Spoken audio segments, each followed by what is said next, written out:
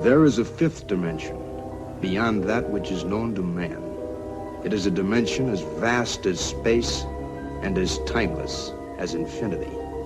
It is the middle ground between light and shadow, between science and superstition, and it lies between the pit of man's fears and the summit of his knowledge. This is the dimension of imagination. It is an area which we call the Twilight Zone.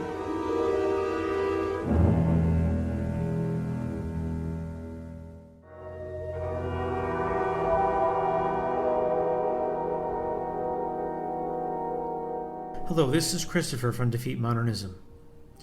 In this video, I will be discussing the life of Saint Cyprian, from his days as a sorcerer to his conversion by Saint Justina.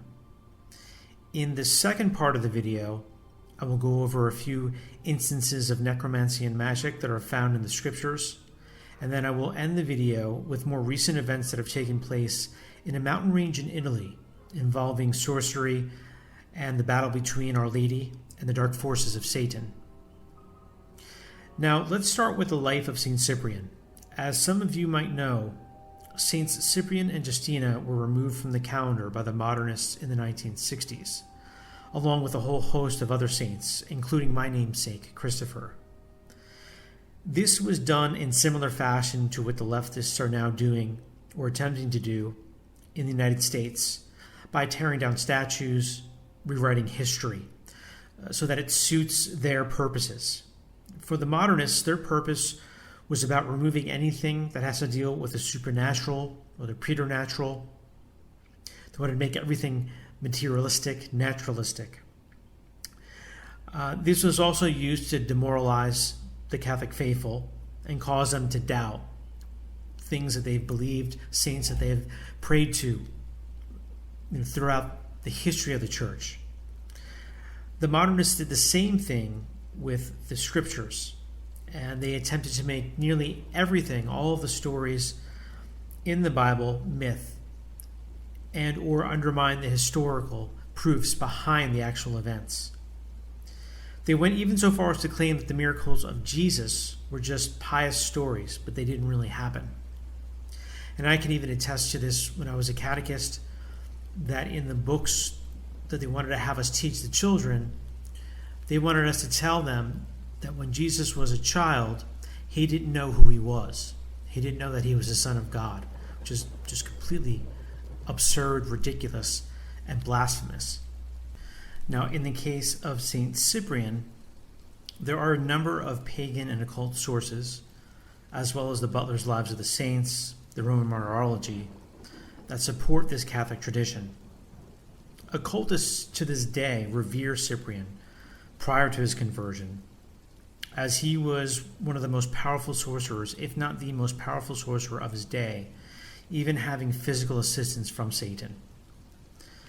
There is even to this day a grimoire attributed to him, which contains, or so-called contains, the instructions on his dark arts.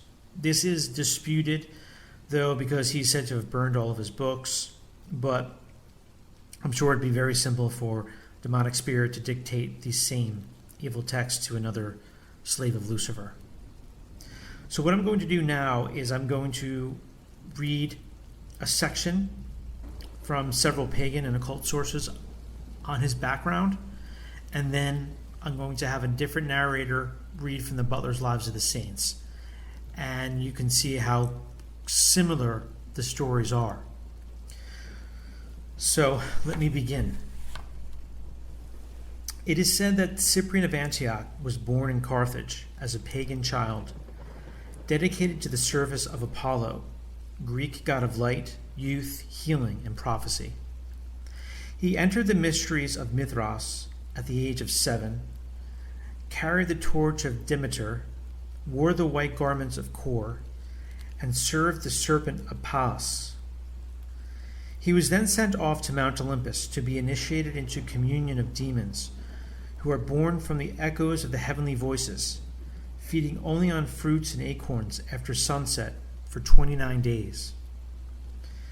At the age of 10, he learned divination from the movement of animals, the sound of trees, and from the whispers of the dead.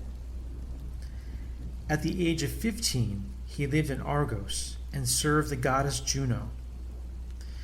He then lived in Akara, where he served the goddess Diana, and then Sparta, where he learned incantations on how to commune with the dead.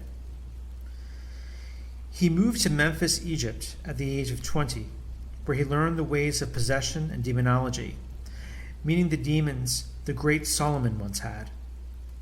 It is also said that this is where Cyprian learned how to magically induce natural disasters. At 30 years old, he set out to learn from the Chaldeans astrology, herbology, as well as the motion of ether, fire, and light. This is where Cyprian met and honored the devil. Thus, he was entrusted with an infantry of demons. He then moved to Antioch, where he became a famous philosopher and a powerful sorcerer. One day, a young man named Aglaïdas came to seek his services to win the love of a virgin named Justina. He sent out several demons who were unsuccessful in turning her will. Justina's god was more powerful, and through prayer, no demon could harm her. And after several attempts, Cyprian's magic was extinguished. Seeing this, the devil himself tried to carry on the mission, but after Justina made the sign of the cross, his attempts were also unsuccessful. The powerless Cyprian renounced his pagan practices and went to Justina to plead for his life. Turned away, he approached the Christian God, where he was shown mercy. After converting to Christianity, he eventually worked his way through the hierarchy and became the bishop of Antioch. He was then turned over by the people to the Roman governor of the region, where he would be judged for shaming their gods and turning people away from them. Both Justina and Cyprian were tortured by being thrown into a boiling cauldron, but no harm came to them.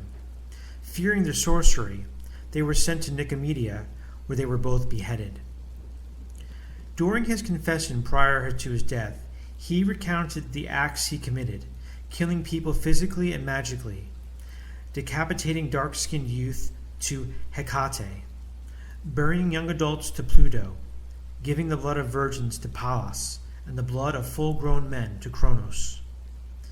It was in Portugal during the 19th century that a book bearing his name appeared, the Great Book of St. Cyprian, in which the legend tells us that this book was written by the saint himself and contains spells and incantations that terrifies anyone who possess it. Legend also says that if read in its entirety, it will attract the devil himself. This book was later taken to Brazil, where its practices were infused with the Afro-Caribbean religions of Umbanda and Candomblé, where he is venerated alongside the Pombagiras of Kimbanda. And that is the pagan occult history of St. Cyprian. And before I go into the Butler's Lives of the Saints account of his life, just a few things to point out here. With St. Cyprian killing people physically, magically, offering blood to these different demonic spirits. Some people might think, well, that just seems far-fetched. But you just have to look over the history of mankind, the history of human sacrifice, from the very beginning with Cain and Abel up to the present day. What do you think abortion is? That is human sacrifice. The occultists, the Satanists, the wicked people in high places want and need that continual sacrifice because Satan demands it. It's a mockery, an imitation of Christ's sacrifice in the Mass, from the rising of the sun till its setting. And Lucifer has his own sacrifice, a pure sacrifice, in the sense that they're innocent children who have never committed actual sin, although they have original sin. And the great evil of killing unborn children is that they can never go to heaven, because they can never enter into the beatific vision without being baptized, because they cannot have desire, and so they cannot take part in the sacramental grace received from water baptism through desire, because They're not of the age of reason. So they would go to the limbo of the infants. And we also know the satanic rites that were exposed recently with the spirit cooking, all sorts of evil, diabolic type actions, activities, including the rites of pedophilia and things of that nature, which are found at the very highest levels of society, of government, of these satanic forces. And the more and more we advance technologically, things just stay the same as far as immorality goes, because these things have been going on for thousands and thousands of years. It's just that they go underground or hidden, are part of these secret societies. And quite frankly, they don't want anyone to believe in the spiritual life. They don't want anyone to be aware of these different rites, secrets, whatever you want to call it, because then they have this power, this advantage over the unwashed masses, over the uninitiated. And they also have power over those who would ordinarily believe in God, worship God, be in a state of grace, use sacramentals, but because they've so much destroyed faith and just saturated the world with immorality and impurity, that now mankind is set up for a massive deception. And it's a punishment. It's a punishment for a lack of faith and for immorality. And so this is where you get these mass movements of people just believing what, quite frankly, the alchemists that run the world are doing with, be it the injections, which contain matter from murdered unborn babies, among other things to change your DNA. And so this is the modern day sorcery. This is the modern day alchemy to kill people magically. It's modern day science, which back then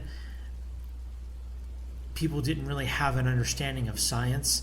And so these men who had the help of demonic spirits, understanding how to use the preternatural gifts of these fallen angels, as well as the science behind the actual creation that God put into place. Let's go now to the account of Saints Cyprian and Justina found in the Butler's Lives of the Saints. And then when I come back, I'll pick up this same subject I was talking about, looking at it from a biblical perspective with different events that occurred in the Bible around sorcery, necromancy, and magic. So let's go now to my friend Sir Alfred, who will begin narrating from the Butler's Lives of the Saints. Cyprian, surnamed the Magician, was a native of Antioch who was brought up in all the impious mysteries of idolatry, astrology and black magic. In hopes of making great discoveries in these infernal arts, he left his native country when he was grown up and travelled to Athens, Mount Olympus in Macedonia, Argos, Phrygia, Memphis in Egypt, Chaldea, and the Indies, places at that time famous for superstition and magical practices. When Cyprian had filled his head with all the extravagances of these schools of wickedness and delusion, he stuck at no crimes, blasphemed Christ, and committed secret murders in order to offer the blood and inspect the bowels of children as decisive of future events, nor did he scruple to use his arts to overcome the chastity of women. At that time there lived at Antioch a lady called Justina, whose beauty drew all eyes upon her. She was born of heathen parents but was brought over to the Christian faith by overhearing a deacon preaching, and her conversion was followed by that of her father and mother. A young pagan, Aglades, fell deeply in love with her, and finding himself unable to win her to his will, he applied to Cyprian for the assistance of his art. Cyprian was no less enamored of the lady than his friend, and tried every secret with which he was acquainted to conquer her resolution. Justina, finding herself vigorously attacked, armed herself by prayer, watchfulness and mortification against all his artifices and the power of his spells, suppliantly beseeching the Virgin Mary that she would succor a virgin in danger. 3 times she overcame the assaults of demons sent by Cyprian by blowing in their faces and making the sign of the cross. Cyprian, finding himself worsted by a superior power, threatened his last emissary, who was the devil himself, that he would abandon his service.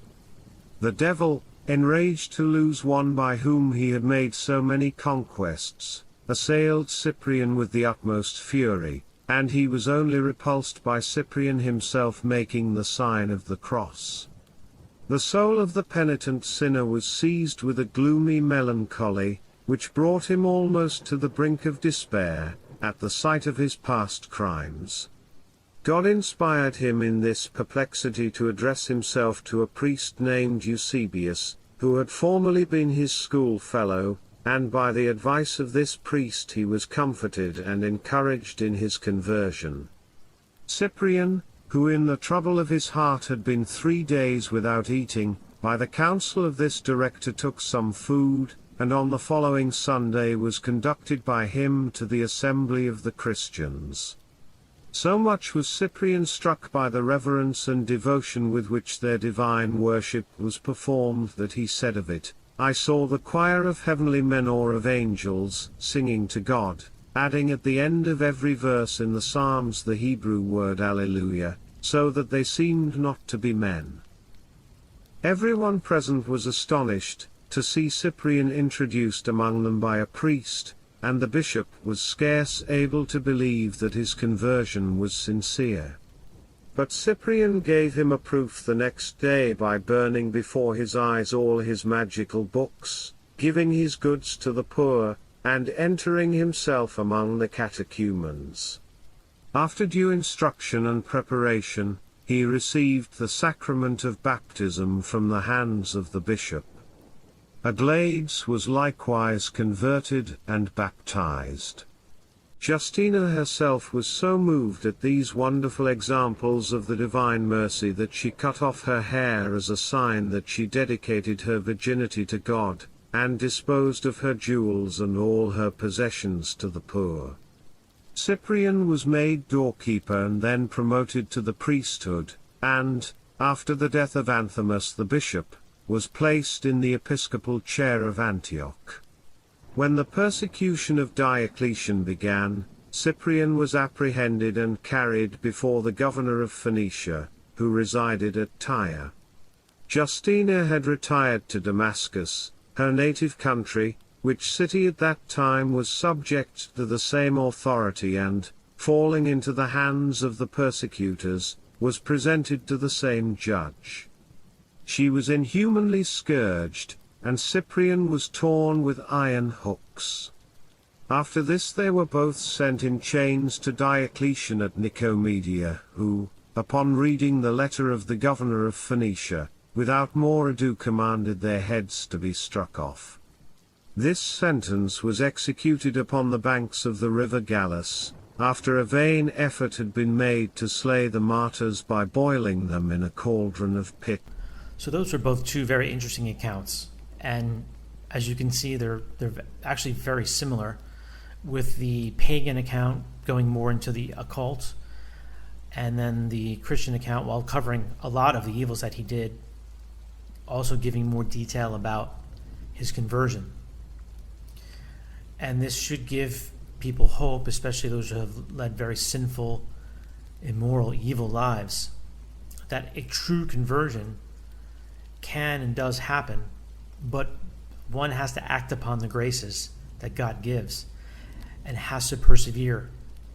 Cyprian was almost at despair, but fortunately he had a good spiritual advisor, spiritual director to help him, and he did not give up. And that is the key, is perseverance, prayer and persevere. As I've said in the past, God does not ask us to do the impossible. So it might be a particular sin, a vice, a habit that you cannot overcome. And that's when you have to humble yourself and appeal to God. But at the same time, you have to act as well. You have to take the steps.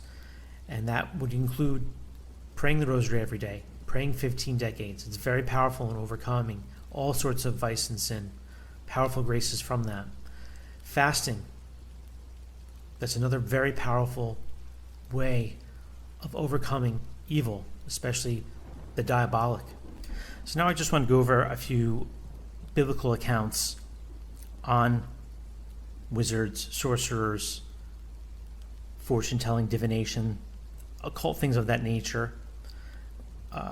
And also, I'll bring up a few things in the present day as well, like I mentioned in the beginning. So let's start here with the book of Exodus, and this is meant to be exhaustive, but I'm going to cover several different verses and accounts. But here you can see the first one from the book of Exodus: wizards, thou shalt not suffer to live. The next one is from Leviticus: go not aside after wizards, neither ask anything of soothsayers to be defiled by them. I am the Lord your God. This third one: and the spirit of Egypt shall be broken in the bowels thereof, and I will cast down their counsel. And they shall consult their idols, and their diviners, and their wizards, and soothsayers. So you see God is acknowledging the occult, that there are such things as wizards, there are such things as sorcerers, witches.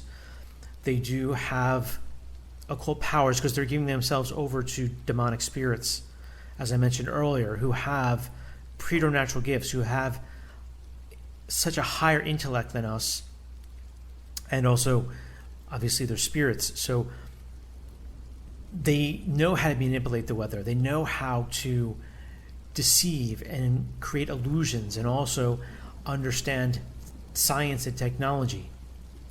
So it's important to understand and realize this, but it is all condemned because it goes against the first commandment: thou shalt not have any other gods before me. Because when you're going to someone to read tarot cards or read your palm, or going to an astrologer, any of these types of people, you are putting your trust in the diabolic instead of trusting in divine providence. And you're wanting to know the future when it is not for you to know the future. If God wishes to reveal the future to you, he will. But the future sometimes is too difficult for us to even understand or comprehend. Just look at what we're going through now. If you knew about this years and years ago, you probably wouldn't even believe what we're going through right now with the lockdowns in this situation.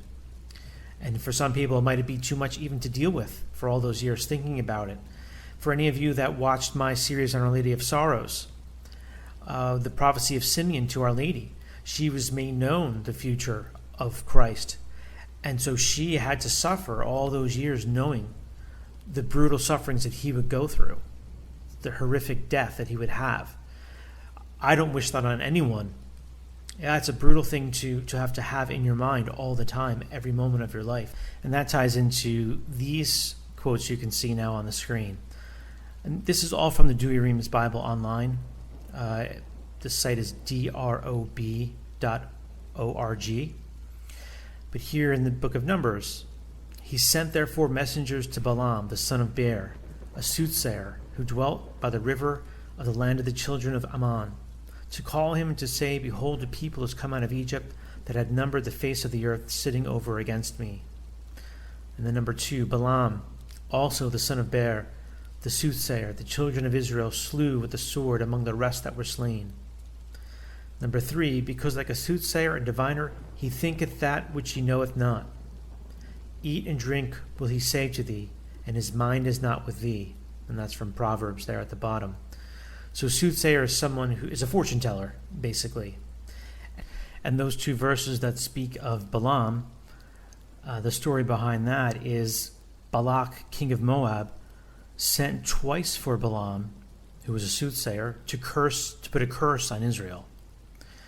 And if you remember the story, the Lord obviously blessed Israel, and then he sent an angel to stop Balaam from attempting to put a curse on Israel. And this is the scene where the donkey or the ass spoke and complained to Balaam, why are you beating me?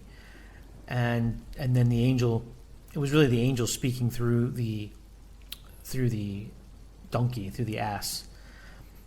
And then the angel says to him, why beatest thou thy ass these 3 times?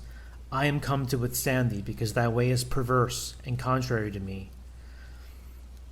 So it's just showing that these are wicked deeds, but they are people actually have this ability. And there are such things as wizards, as sorcerers, as all of these occult practices. And the way you protect yourself from these is not through amulets and incantations, because that's just bringing on more evil to you. Because a lot of the pagans will do those such things. It is through belief in Christ. It is through baptism. It is through staying in a state of grace by going to confession, receiving the sacraments in a state of grace, and then also wearing blessed sacramentals. Now, you want sacramentals that are blessed by a legitimate priest.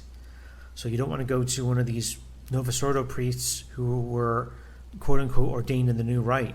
You want a traditional Catholic priest who has been legitimately ordained to then put the blessing on the St. Benedict's medal, the miraculous medal, rosaries, the scapular. These are all important. They're not amulets or charms. It's not superstition. It's actually putting your faith in the saint, in Our Lady, in the sacraments of the church, in their protection. It's basically wearing a prayer. And even on the St. Benedict's medal, there's a prayer of exorcism. I have a separate video on that sacramental in and of itself. I do have another video on miraculous events around scapular, as well as the rosary and demonic possession. So these are very important things to have, especially now when there are very few priests. I had someone ask me, how do I get something blessed?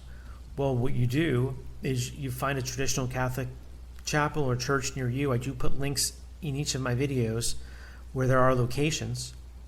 And if you can't go there physically, well, mail a nice letter, give a donation, put a self-addressed stamped envelope in it, and say, dear Father, could you please bless the scapular? Can you please bless, these St. Benedict medals, whatever it is. I've included a self-addressed stamped envelope for your convenience and a donation to thank you. And that's how you do it. If you're unable to, if you don't have access to a priest, that's how you would do it. I would also suggest those of you who were baptized in the new rite of baptism to get conditionally baptized in the traditional rite. I actually had that done a couple of months ago.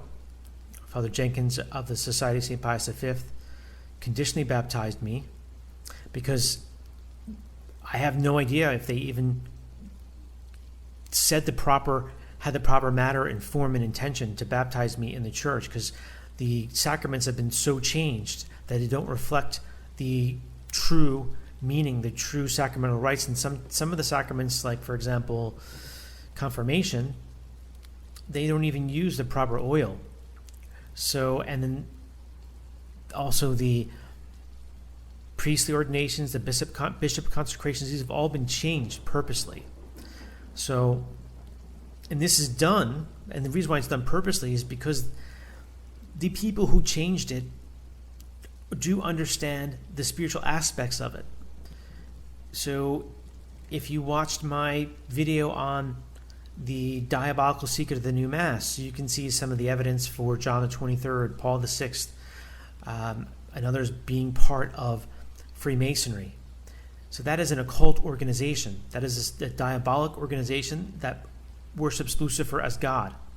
And this is a fact. This is not even disputable. The popes have warned about this continually. It is basically the anti-church of Satan. And so they had a plan to infiltrate the church. That was the permanent instruction of the Alta Vendita. They did so, and what did they do? The first thing they do is they destroyed the priesthood, and they changed the sacramental rites of the priesthood. I have a video on that as well. That Father Jenkins he explains all of that, the change in the sacramental rites in that video.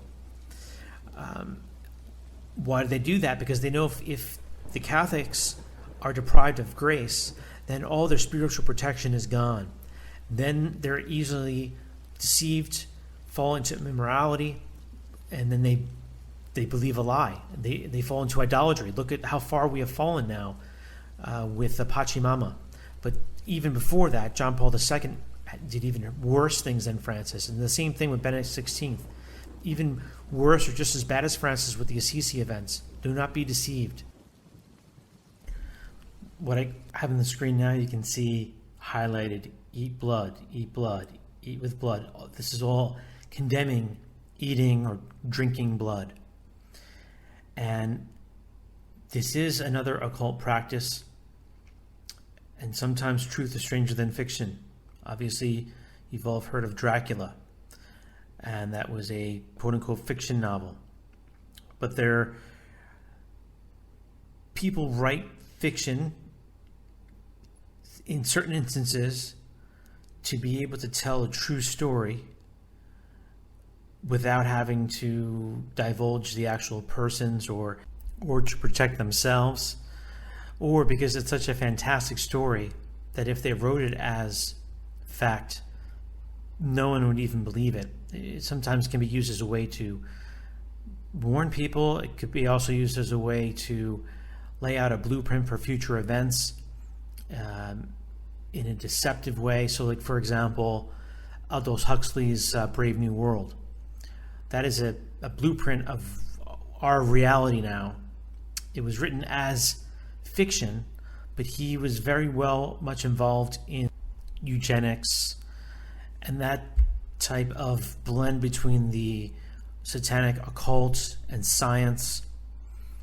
And so what we see today with the eugenics program and the occult combined is the mass murder of unborn infants, their selling of their body parts for cosmetics, as well as for other types of evils, including what's in the injections. But this is all part of what I was mentioning earlier, the kind of that alchemy, so to speak, that these occult rituals but this also goes back in history, the bathing of blood. There was the infamous Queen of Hungary, or Countess of Hungary, Elizabeth Bathory. You can see her picture or her portrait on the screen, who was a serial murderer. She is accused of torturing and killing hundreds of girls and women and bathing in their blood to bring about youth. So again, this is the whole Dracula allegory, but it is based in reality. And this is part of, sadly, a tragic part of human history. But as Catholics, this is actually part of our spirituality, the drinking of blood. And what I mean by that is the bread of life discourse by Jesus Christ in the Gospel of John, the 6th chapter of the Gospel of St. John, where he says, "Unless you eat my flesh and drink my blood, you have no life in you." So we see that Satan tries to mimic, ape Christ and the church with his own false sacraments, his own sacrilegious and blasphemous sacraments. But the true blood that we must drink is that of Christ's. And so if you remember from the 6th chapter of the Gospel of St. John, the many disciples who were following Jesus couldn't take this statement of his, and so they stopped following him. So for those of you who may not be familiar with this part of the Gospels, and For those of you who are, it's always a good reminder. But in what you'll see is beginning at verse 51, Jesus says, I am the living bread which came down from heaven. If any man eat of this bread, he shall live forever. And the bread that I will give is my flesh for the life of the world. The Jews therefore strove among themselves, saying, How can this man give us his flesh to eat?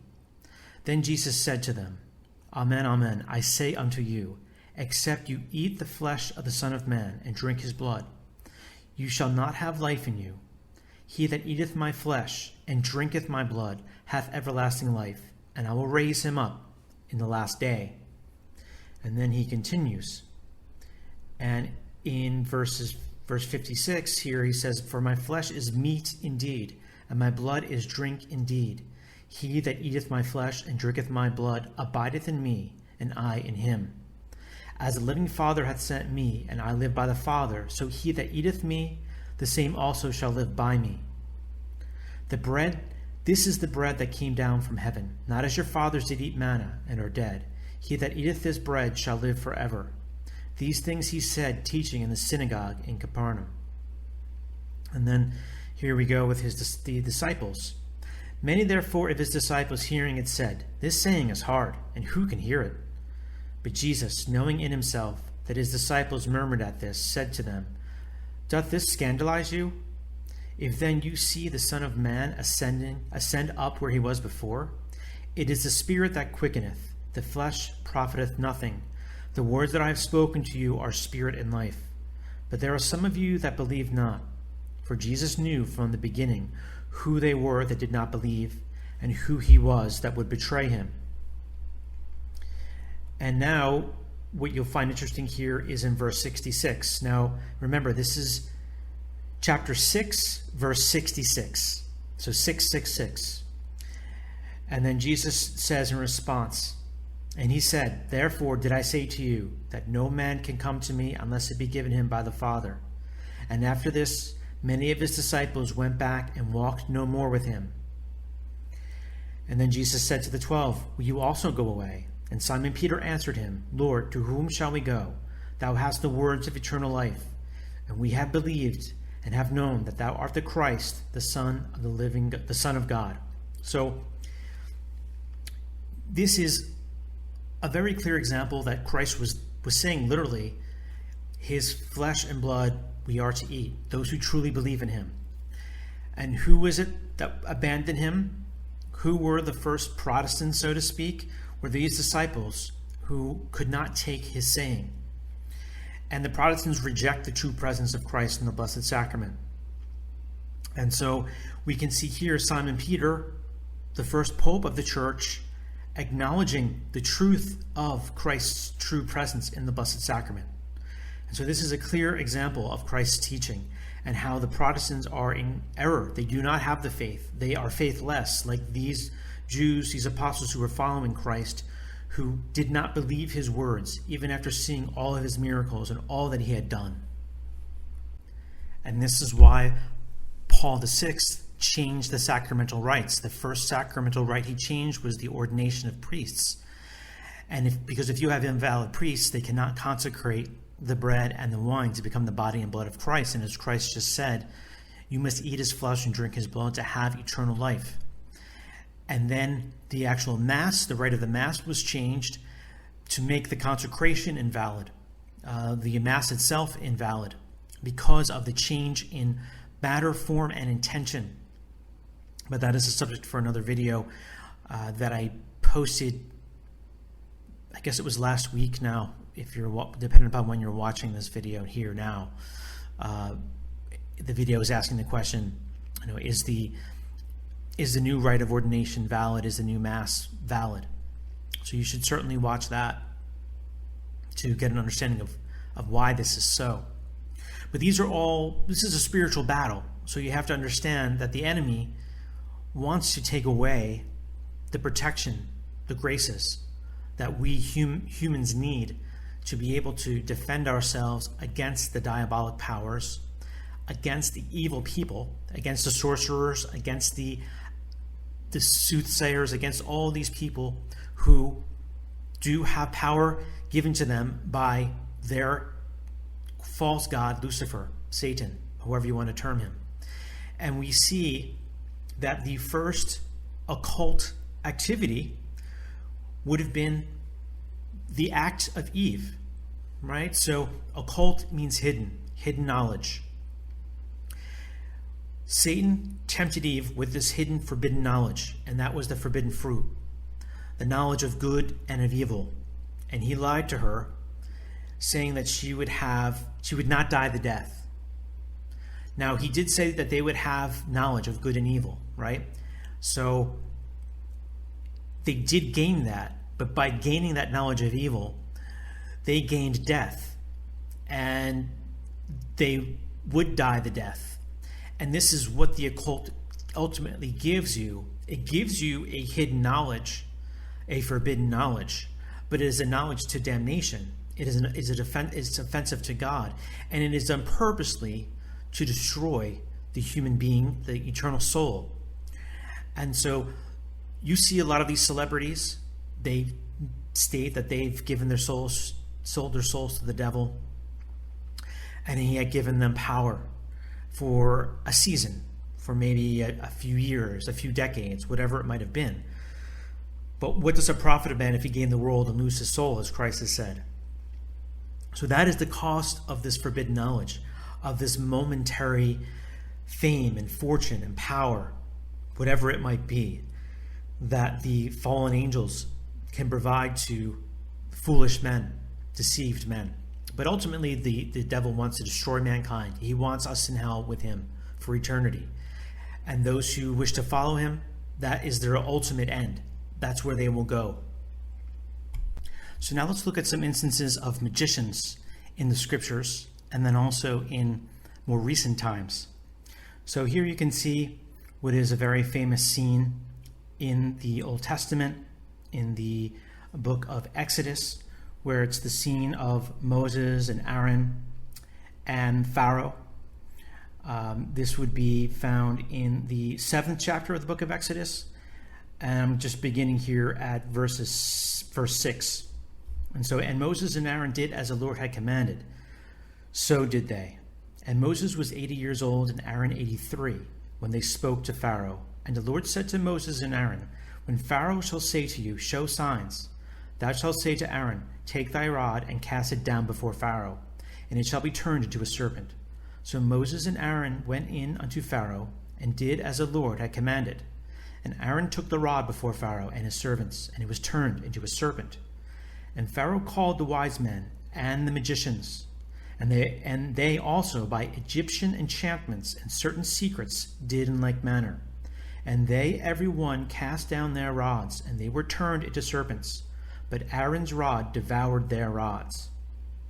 And so you can see that Moses and Aaron, their rod turned into a serpent, into a snake, but the magicians, the occult magicians of Pharaoh, were able to create the same wonder, the same magic, if you want to call it that. So these forces, these powers, both sides do have, but obviously God, being God, is more powerful, and that's symbolized in the serpent of Aaron devouring the serpents of the magicians. So let's look at some instances of magic and magicians in the scriptures. So one instance here is in 2 Chronicles chapter 33, and this is talking about King Manasseh, who was king for 55 years in Jerusalem. But he turned over to the worship of false gods, was worshiping the sun, the moon, and the stars. But here in verse 6, you can see it's saying that Manasseh, and he made his sons to pass through the fire in the valley of Benom. He observed dreams, followed divinations, gave himself up to magic arts, had with him magicians and enchanters, and he wrought many evils before the Lord to provoke him to anger. And as you can see in the quote underneath that, which is taken from the book of Wisdom, chapter 17, verse 7, it says, and the delusions of their magic art were put down, and their boasting of wisdom was reproachfully rebuked. So this is just giving further credence to the fact that magic is evil, it provokes God's anger, it is contrary to the first commandment, and it is putting the person or persons who are invoking these arts under the slavery of Satan and the fallen angels, because that's where the quote-unquote power comes from the preternatural gifts that those spirits have, the ability to manipulate the elements, their knowledge of the elements and the forces of nature and all that God has created. And what I have on the screen here now are a few instances of the apostles battling against magicians in the Acts of the Apostles. So chapter 8, verse 9, chapter 13, verses 6 and verses 8. The first one is an interesting situation in that Simon the magician, he actually tried to pay to become an apostle. That's where the sin of simony comes from. That's where the term simony, it's based on Simon the magician. So meaning if someone was trying to pay to become a bishop or a priest, it is obviously a grievous sin, because you must be called by God and you can't just take it upon yourself or try to pay someone to do it. So let's look at some modern day magicians and see what they're actually telling us about where they get their arts from, where they get their talents, so to speak, from. So on the screen now, you'll see a poster from arguably the most famous magician in history, and that would be Harry Houdini. And you can see all the devils surrounding him. What I have now on the screen next is a poster from his brother, Hardin Houdini. And again, you see a devil in the corner. And now I'll put on the screen some famous magicians from yesteryear as well. And you can see over and over again, it's the same thing. The devil in their ear. So they're telling you right in front of your face where they get their illusions from, their quote-unquote powers from. And the Bible is just confirming this in the passages I had just read. Now, to bring this even further into the present day, you'll see a recent advertisement for arguably one of the more famous magicians of our day, David Blaine. And you can see there, obviously, on the bottom, all the demonic spirits surrounding him regarding this particular stunt that he was pulling. And of course, there is David Copperfield. And he has a museum, the International Museum of Library of the Conjuring Arts. Conjuring. Well, what are they conjuring? They're conjuring demonic spirits. And to bring this back to the scripture, probably the most famous conjuring, at least in the Old Testament, if not the entire Bible, would be found in the first book of Kings, chapter 28, where we have King Saul, who had been abandoned by God because of his wickedness. And he had tried to, it says, consult the Lord, as you can see on the screen there in verse 6. But God did not answer him, neither in his dreams, nor through priests, nor by prophets. Why? Because God had abandoned him. And what people don't realize, and St. Alphonsus Liguori proves this to the scriptures in his sermon, the number of sins beyond which God pardons no more, that there's a number of sins that each man is allotted for his life on earth. For some it is few, for others it is many. But everyone is allotted a certain amount of sins. And once the person has reached that number, that is it, they're cut off. So in this case, he was cut off. And instead of trying to fast, make a sincere repentance, do things to truly attract God's mercy, he instead continued in his wickedness and sought a witch, So there it says in verse 7, and Saul said to his servants, seek me a woman that hath a divining spirit, and I will go to her and inquire by her. And his servant said to him, there is a woman that hath a divining spirit at Endor. And as the scene goes on here, he disguised himself because he couldn't have the witch know that he was the king, because she would be fearful that he would have her put to death. And then you see there in verse 9, it says, and the woman said to him, behold, thou knowest all that Saul hath done, and how he hath rooted out the magicians and soothsayers from the land. Why then dost thou lay a snare for my life to cause me to be put to death? And then he swore unto her by the Lord, which again is another sin, to take the Lord's name in vain. Just by saying, when you're saying to someone, oh, I swear to God, or honest to God, whatever, those terms would be considered taking the Lord's name in vain. That would be a serious sin. It could be a serious sin. It should be confessed. So he says there, as the Lord liveth, there shall no evil happen to thee for this thing. And the witch then says to him, whom shall I bring up to thee? And he said, bring me up Samuel. So this is Samuel the prophet who had died, a holy man. And when the woman saw Samuel, she cried out with a loud voice and said to Saul, why hast thou deceived me? For thou art Saul. And the king said to her, fear not, what hast thou seen? And the woman said to Saul, I saw gods ascending out of the earth. And he said to her, what form is he of? And she said, an old man cometh up, and he is covered with a mantle. And Saul understood that it was Samuel. And he bowed himself with his face to the ground and adored. And Samuel said to Saul, why hast thou disturbed my rest, that I should be brought up? And Saul said, I am in great distress, for the Philistines fight against me, and God is departed from me, and would not hear me, neither by the hand of prophets nor by dreams. Therefore I have called thee, that thou mayest show me what I shall do. And then the prophet says to him, and Samuel said, why askest thou me, seeing the Lord has departed from thee, and is gone over to thy rival? For the Lord will do to thee as he spoke by me, and he will rend thy kingdom out of thy hand, and will give it to thy neighbor David, because thou didst not obey the voice of the Lord, neither didst thou execute the wrath of his indignation upon Amalek. Therefore hath the Lord done to thee what thou sufferest this day. And the Lord also will deliver Israel with thee into the hands of the Philistines. And tomorrow thou and thy sons shall be with me. And the Lord will also deliver the army of Israel into the hands of the Philistines. And forthwith Saul fell all along on the ground, for he was frightened with the words of Samuel. And there was no strength in him, for he had not eaten no bread all that day.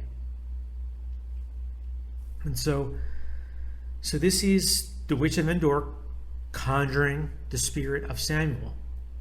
And the Lord permitted this to happen.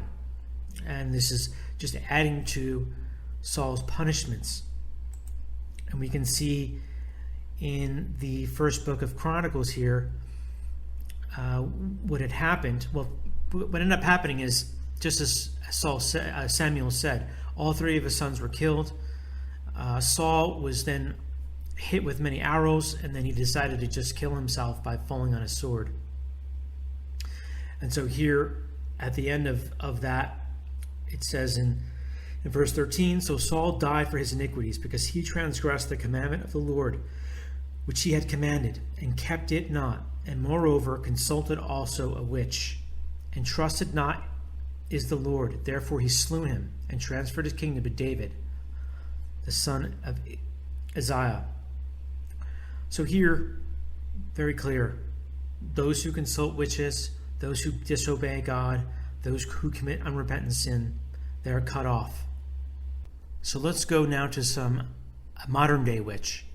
And this will probably shock a lot of people who are not aware of this, and probably disappoint many as well.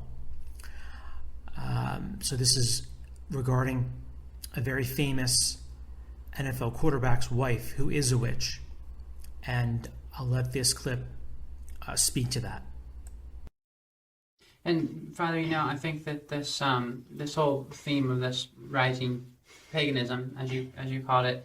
I think that theme has been so prevalent today. Just recently I sent you an article concerning Tom Brady, who just won the Super Bowl with the Patriots, and how along the similar lines here, he's explained how he has one of the reasons he's been so successful is because of his witch wife who sets up altars for him, gives him mantras to repeat, and gives him sacred stones to protect him, and all sorts. And he's going along with it. He says it works.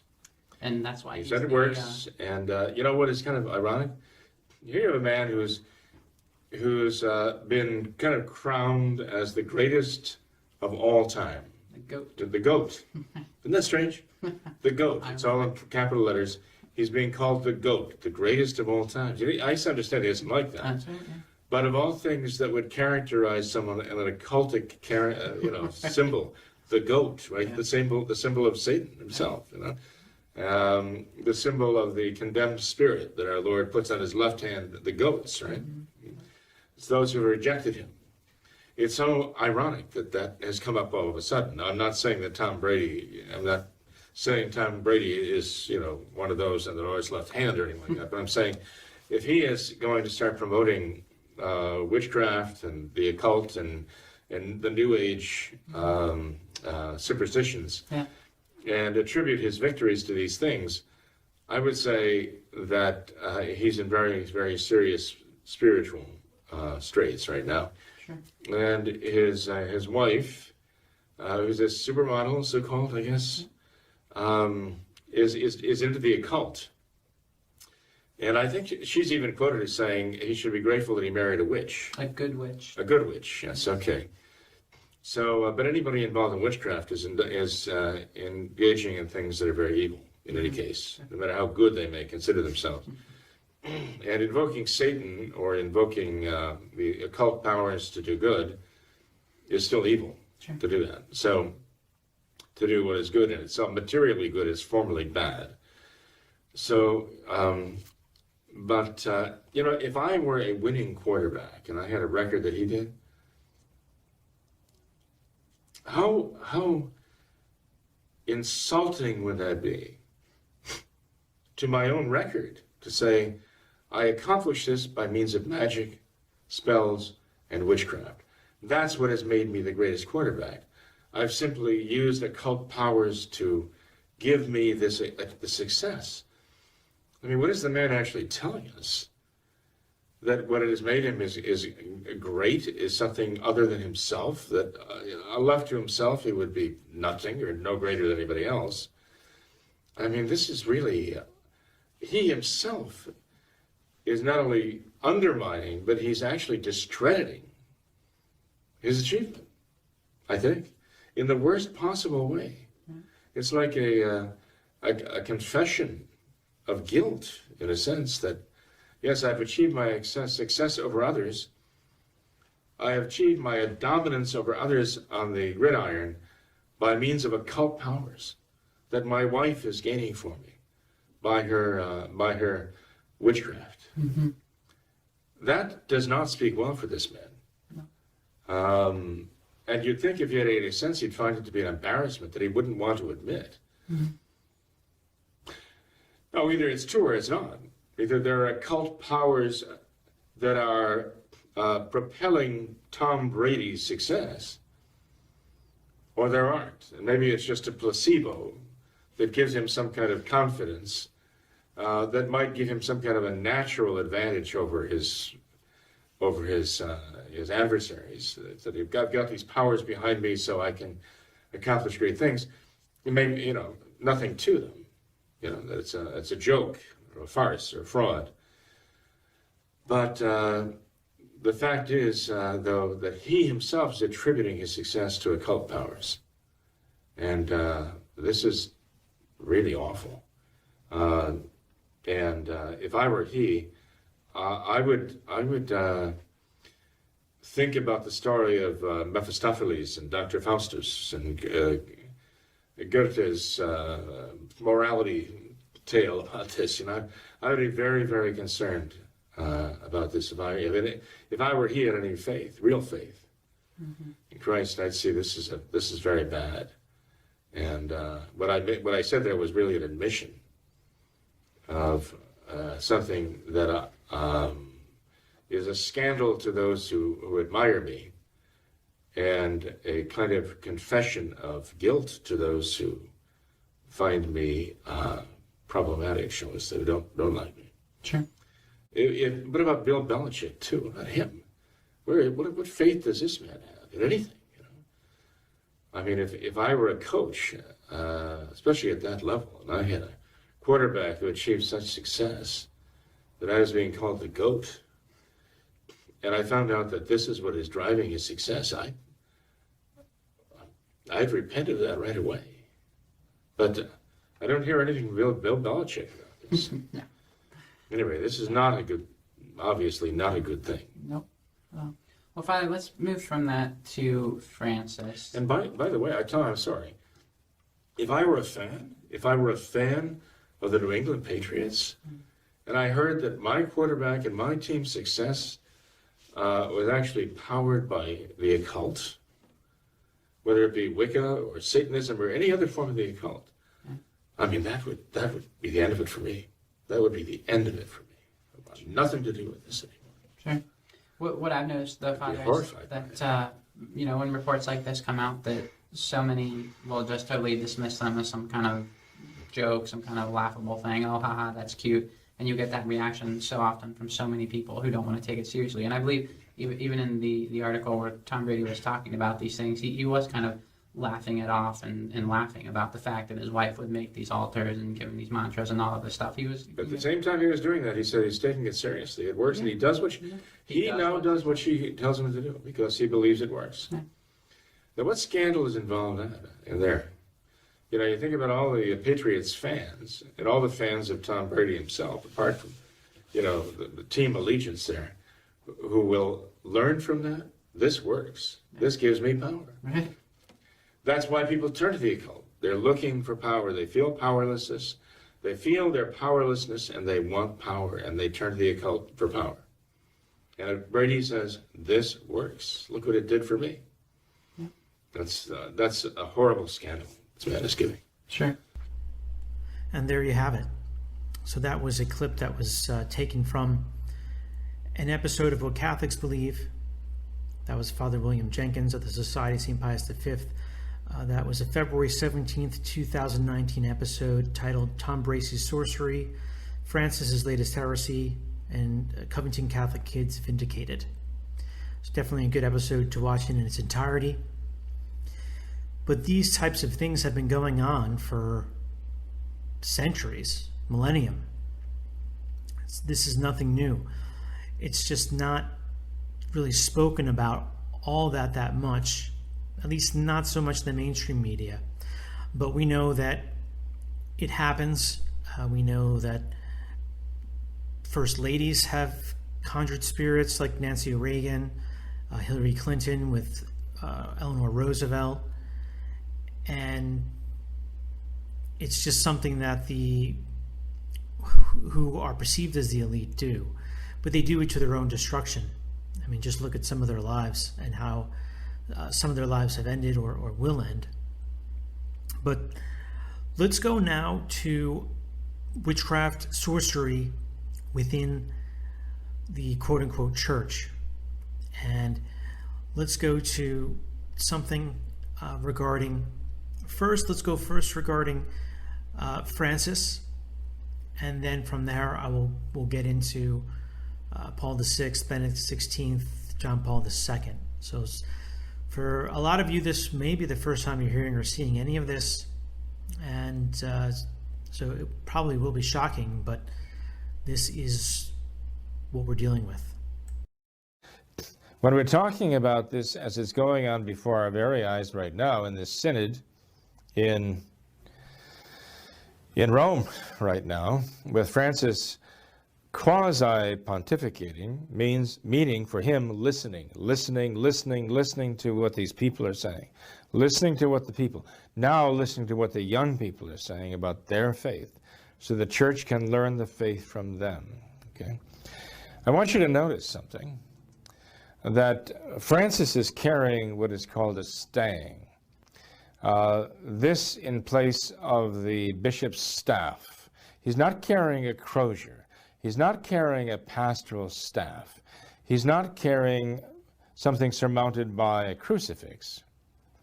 Not even that distorted, twisted quasi-crucifix that Paul VI and his followers have introduced. Not even that. Francis is carrying a witch's staff. He's carrying a witch's stang, S-T-A-N-G. You can see it in the photographs coming from the Synod for the youth. And this witch's stang was presented to him by two young women, well, not so young. One of them, at least, was 30 years old. Why she's at this youth conference, I don't know. But she was presenting to him, there were photographs of her presenting this stang to Francis, who has a look of ecstasy on his face.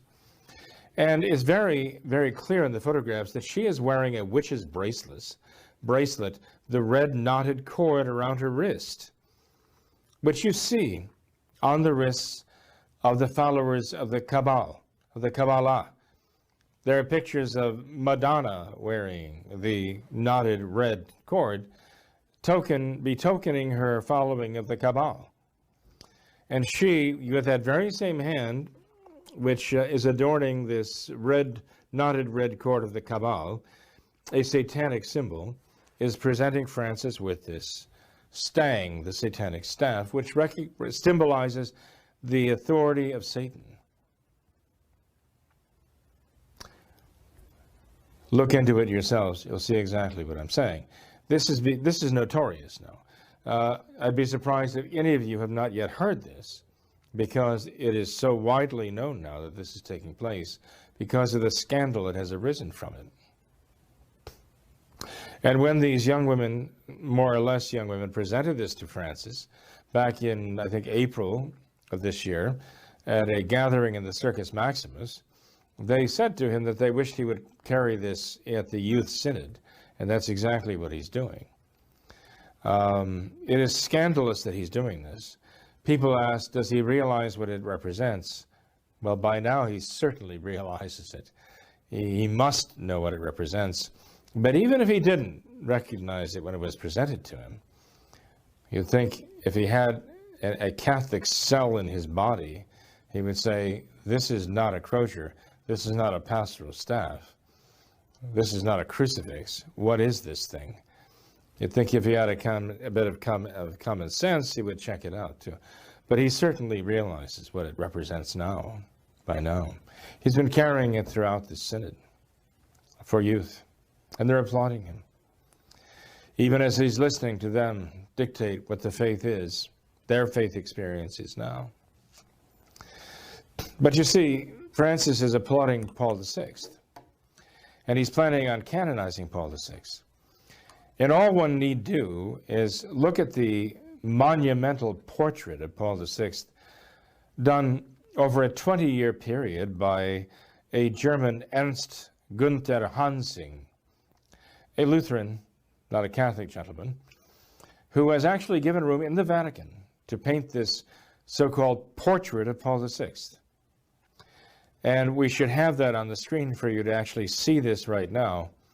If you have time to study it, you see it appears that St. Peter's Basilica is falling to ruin all around him. You ask, how can this be a portrait of Paul VI? Where is Paul VI in this scene of destruction, where the towers and the pillars of St. Peter's are collapsing in on each other?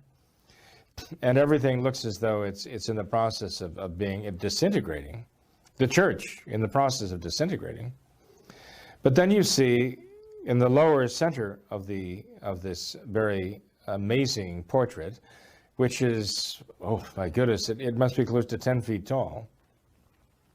You see a small, relatively small head, it's probably life-size, of Paul VI, looking demonic. He's actually apparently hunched over, and through these squinting but piercing eyes, he has a look of diabolical fury and hatred, and underneath his chin, he's holding a dagger. The dagger is pointing downward as you might see in a satanic ceremony, and it is dripping with blood. This is a portrait of Paul VI, a portrait that Paul VI himself approved. In fact, Paul VI is quoted as commenting on that portrait that it is an accurate representation of the situation of the church at our time. That is Paul VI's assessment of this so-called portrait of his pontificate,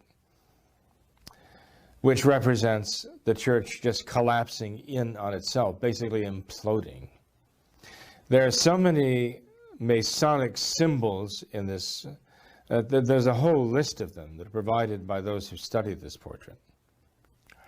But it is really a very interesting statement that Paul VI made, that this accurately represents the condition of the church at our time. Is it any wonder, therefore, to see Francis following in the line of Paul VI, following the map charted out by Paul VI as to where the church must go, and now coming up with this Church of the Synod, the synodal church envisioned by Paul VI, even as Francis is implementing this vision and about to canonize Paul VI as a saint of the new order. People have to ask themselves where all of this is going. There are many already who see clearly where it's going. St. Pius X saw clearly well over 100 years ago where all this was going. And he condemned all of this already before it even had taken place. All that's necessary is someone to take St. Pius X seriously, read what he wrote, and decipher it and understand it, and connect it to the events that are actually taking place before our very eyes today, to realize that modernism is having its heyday in the devastation of the church. So there you go. Again, it's right in your face. It's hidden in plain view, so to speak. And this was something that occurred in August of 2018 when he first received this witches or sorcerer stang. And then again, he used it October 28th of that same year at the Youth Synod in the Vatican. This particular clip is taken from a video series on modernism. You can see it on the screen. It was the Franken Church of Francis. I recently did, I covered all 4 of these videos that Father Jenkins did. I added some additional commentary in the beginning of it on my channel, so it goes longer. So if this type of discussion interests you, I would suggest watching either of those videos. Now, let's look at another clip. This is coming from a video I created about 7 or so years ago called The Enthronement of Lucifer in the Vatican. I'm just going to play a couple of clips from this, from the late Father Malachi Martin, who had written and spoken extensively on satanic worship inside the Vatican. And now, looking at this now, I mean, these 2 clips were recorded in the mid to late 90s.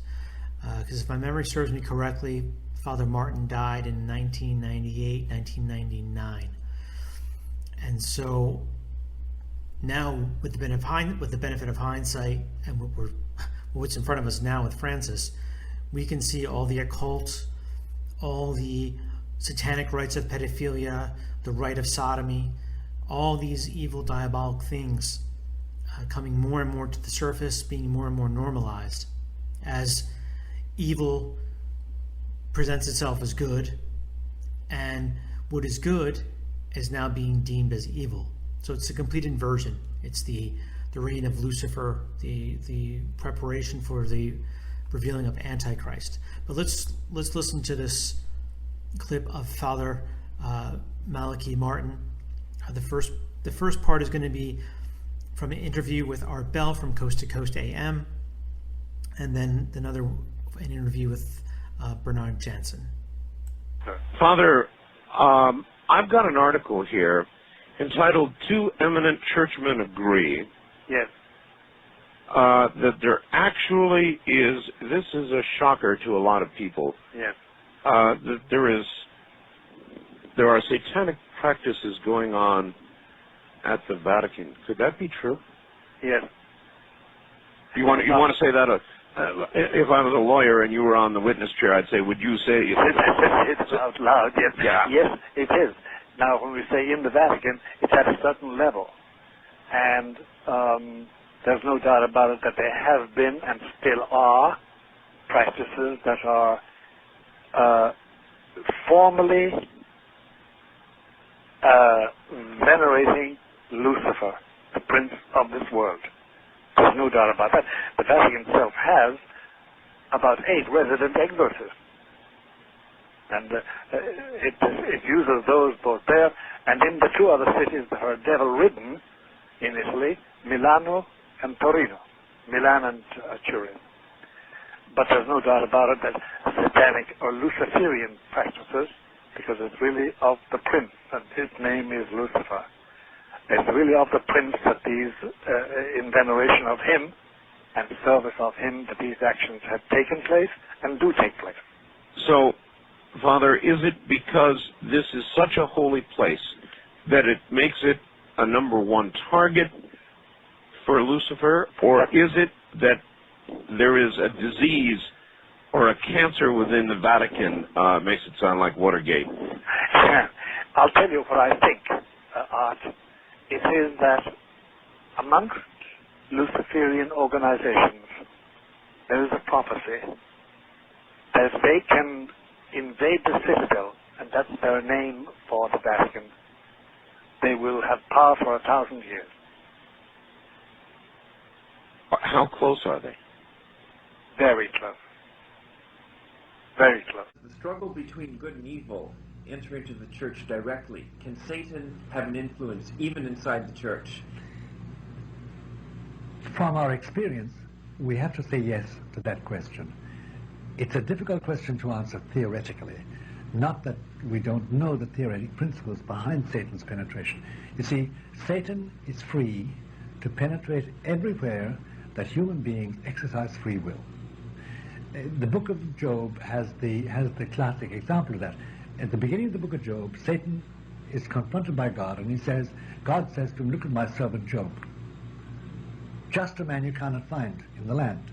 And Satan says to God in the story, which is only a story from that point of view, "Give me my chance, I will make him fall." And God says something like the equivalent of, "It's a free country. If you can make him fall, take him away." And the principle is that anyone who is human, who has a free will, is liable. Now, that's all the apostles and all the bishops and all the priests and all the popes are free agents, so they can be tempted. Secondly, there's this, that, Christ speaking to the apostles on the Lake of Galilee after his resurrection said to them all, "Satan has wanted to sieve you all like a man sieves wheat and chaff." And then turning to Peter, he says, "And you especially." So he told them they'd be tempted. And the history of the church, or of churchmen as such, tells us that temptation and giving way to temptation has been the lot of churchmen from the very beginning. Even Peter himself yielded to fear, which was a temptation, and denied his Lord 3 times. And so there's no doubt about it, Satan can penetrate the church. What we must emphasize today, though, Bernard, is that the ordinary penetration of the church through its members by Satan has been demonstrated amply in the past. What we have never found in the history of the church since the ascension of our Lord, and that was when the church was really set up, the Pentecost and the ascension, is that this is the first time we have undeniable proof that Satan has been enthroned in the church by some of the church's own churchmen, and that the citadel, which before was besieged with small breaches in it and small little traitors, now has Satan enthroned within it. And Paul VI, who ended up a very miserable pope, in the end of his life he gave an interview to his great French friend Jean Guiton, who later published it when he died. And at one stage Jean Guiton said to him, "Holiness, Sanctite, what do you think is the fate of the church going to be? You have said that the smoke of Satan has in the church and is wafting around the sanctuary altar. And Paul VI said, yes, he said, mon fils, my son, we have said that, and it is true. The smoke of Satan is in the sanctuary, and probably Catholics are destined to become an infinitesimally small part of humanity due to the presence of Satan. And that means that in the mind of Paul VI, because they went on talking, Catholicism and Catholics in the church will be marginalized completely because their impressive leaders would be taken over by the temptations of the devil. And what we must remember is this, that sure, there have always been temptations in the church for churchmen, for gold, for sensuality, for pride and ambition. But this is the first time that a new assault has been launched. The assault is very simple. Just be like the rest of men. Adore a general God, be good, be compassionate men, be humanitarian, join man in building man's earthly world, earthly habitation in this world.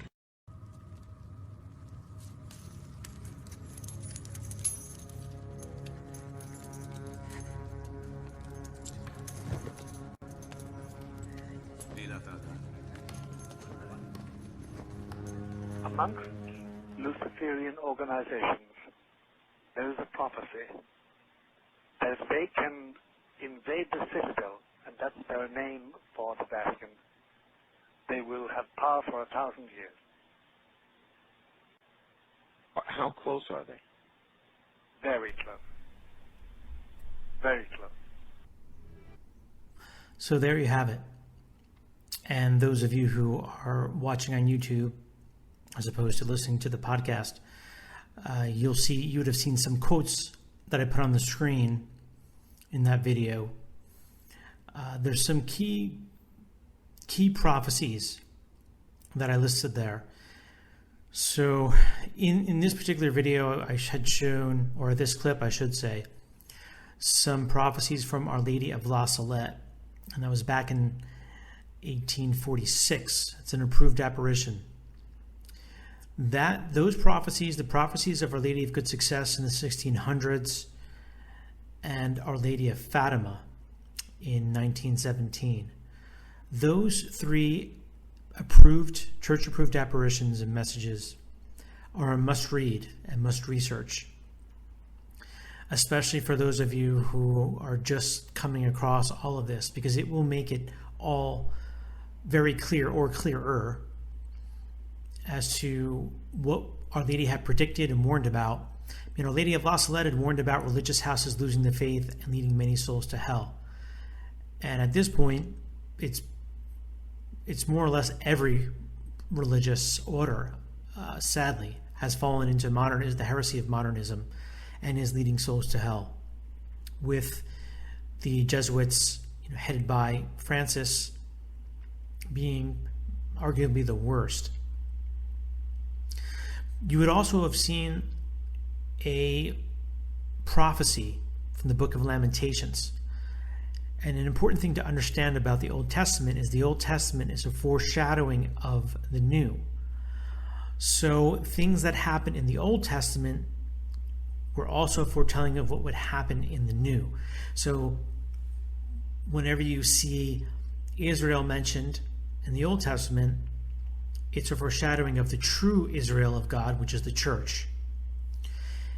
And so, for example, if we look at the book of Exodus, when Moses goes up to the mountain, receives the Ten Commandments, Moses is a prefiguration of Christ, a foreshadowing of Christ. Moses receiving the old law and then presenting that old law to Israel, the foreshadowing of the church, but Christ being the fulfillment of the law, and then teaching the law of love of God and love of neighbor, the two main commandments that Christ brought to us were to love the Lord your God with all your heart, with all your soul, with all your strength, and then the second, to love your neighbor as yourself. those two commandments make up the entire law. And so, again, Moses as a foreshadowing of Christ. Aaron, right? Aaron was the high priest. Aaron would be a foreshadowing of, let's say, the papacy. But what did Aaron do while Christ was away? You could maybe say, well, Christ was ascended into heaven, with Moses up in the mountains, right? Well, Aaron, the pontiff of Israel at that point, he created a golden calf. They worshiped a false god. And that is what we're going through now. We have these Novus Ordo, quote-unquote, popes who have created their own golden calf, and it's the cult of man. It's a Freemasonic. It's Catholicism, I guess I should say. It's Freemasonry and Modernism with a Catholic veneer. So they're wearing the vestments. They claim that they're Catholic. They own the Catholic buildings and the bureaucracy, but everything they do is worshiping false gods. Now, this quote that you saw is from Lamentations, and it says, "The kings of the earth and all the inhabitants of the world would not have believed that the adversary and the enemy should enter in by the gates of Jerusalem." So this was obviously true during this time, during Jeremiah's time, but this is also applies to us now. So the adversary has entered into the gates of Jerusalem, has entered into the New Jerusalem, which is Rome. That adversary is Freemasonry. That adversary is Lucifer, Satan, who is the adversary. He has entered in. Our Lady of La Salette, in those prophecies, she said Rome will lose the faith and become the seat of the Antichrist. Right, so these are all tied in together. And now you're seeing, you've been seeing Antichrist in the Vatican, but a lot of you just don't know or don't understand it, don't fully see it, have not had this stuff brought to your attention, or have not had it put together in this way. And so, but it's so vitally important. That's why it's so important to know history. It's so important to read scripture. It's so important to read the fathers and the doctors and the saints, because they're grounded in the truth. And when you learn from men who are holy, men who are saints, the fathers of the church, you cannot go wrong. It's when you turn to things that are new, people who aren't saints, apparitions that aren't approved, that's where you get led astray. Because we don't need new teachings. We don't need new apparitions. We have enough. We have enough prophecy. We have enough from history, from the writings of the saints, to be able to understand and see what's happening, what's going to happen. But the main thing we have to worry about is you have to save your soul. It doesn't matter what the latest prophecy is here or prophecy there. You have to focus on saving your soul. So you could have all the knowledge in the world, but if you die in mortal sin, it doesn't matter. It's over for you for eternity. So you have to focus on getting your own house in order, breaking free from mortal sin, going to confession, praying the rosary every day, because that is the key. If you lose your soul, all is lost. Now let's go to more occult symbolism being used by the Novus Ordo popes.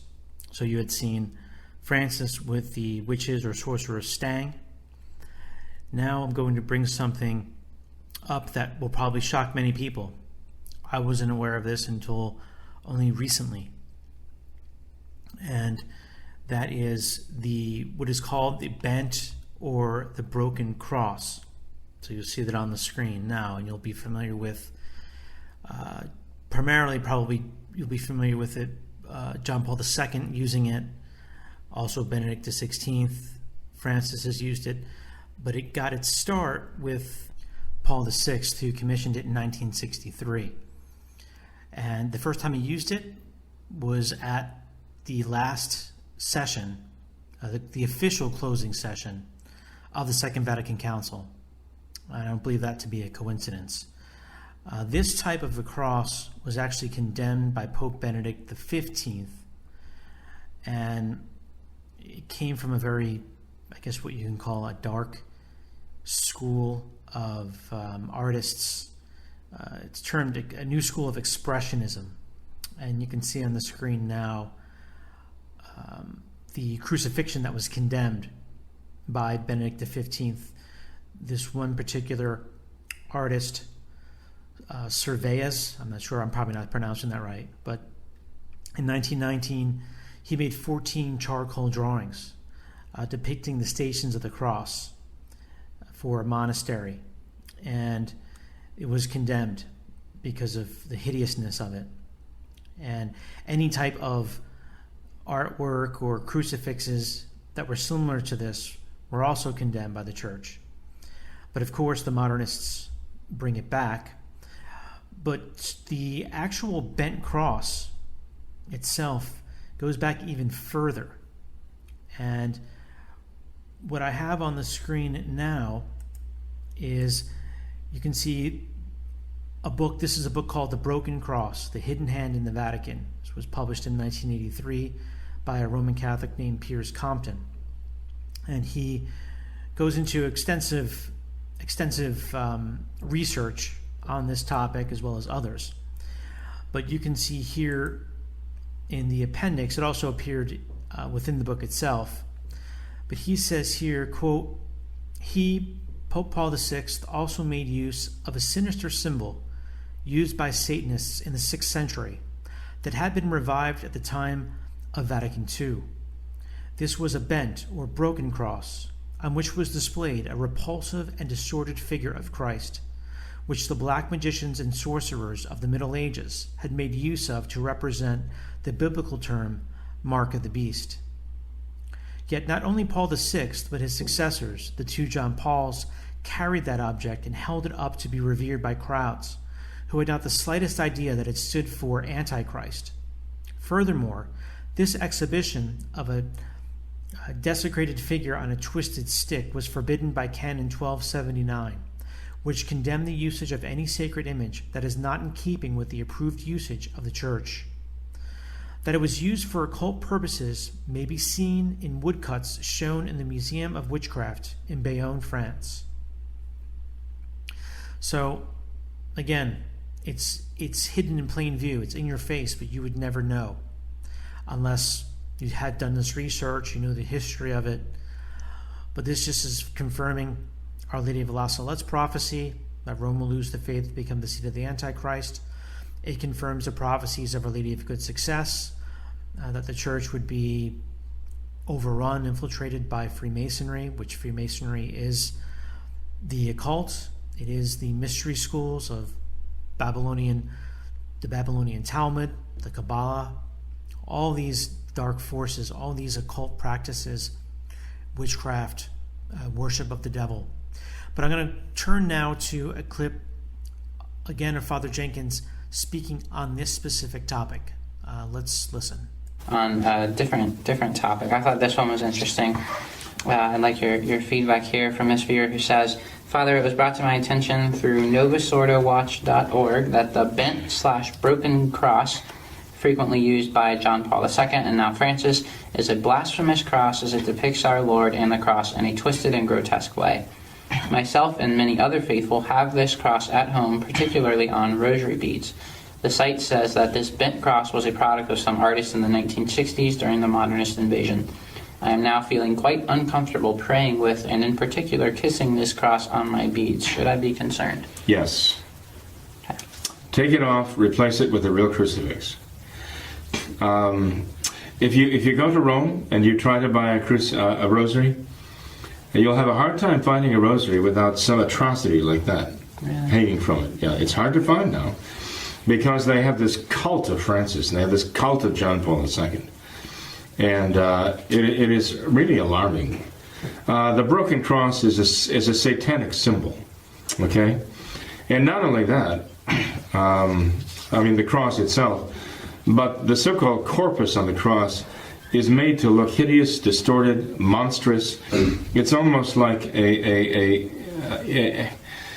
if you were to put a lizard in the oven and fry the lizard, that's what you'd get out of it. It's something really hideous.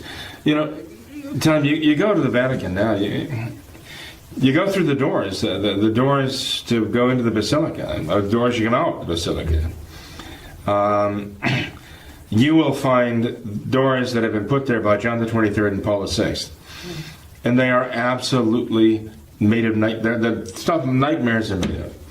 They're supposedly showing the martyrs, but the martyrs look like demons, You go through the Sistine Chapel, you have to go through the Vatican Museum, the Stanza di Raphael, and all this.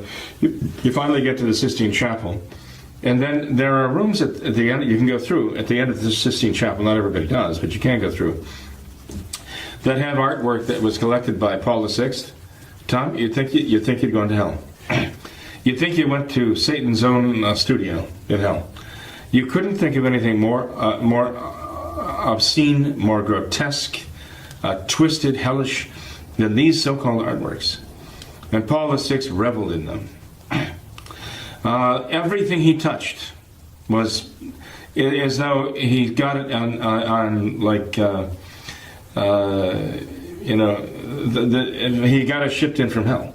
If they had eBay or Craigslist or something like that, if the devil's selling on Craigslist or eBay, we know who bought all this stuff. Paul VI stacked the Vatican with this stuff.